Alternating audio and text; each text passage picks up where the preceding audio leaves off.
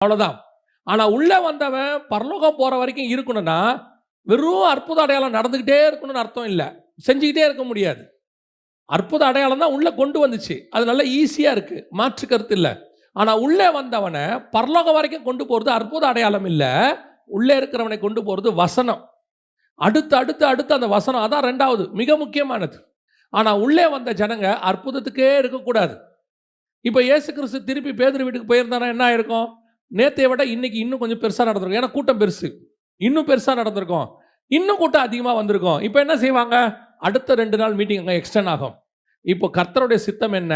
நீ அற்புத அடையாளங்களை செய்கிறவனாய் அழைக்கப்படவில்லை. நீ ரட்சிப்பை உலகத்துக்கு சொல்லுகிறவனாய் அழைக்கப்பட்டாய்.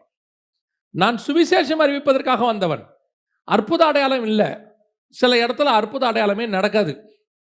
அந்த இடத்துல ஜனங்கள் அவரை விசுவாசியாதபடியினாலே அங்கே அவரால் அநேக அற்புதங்களை செய்ய முடியாமல்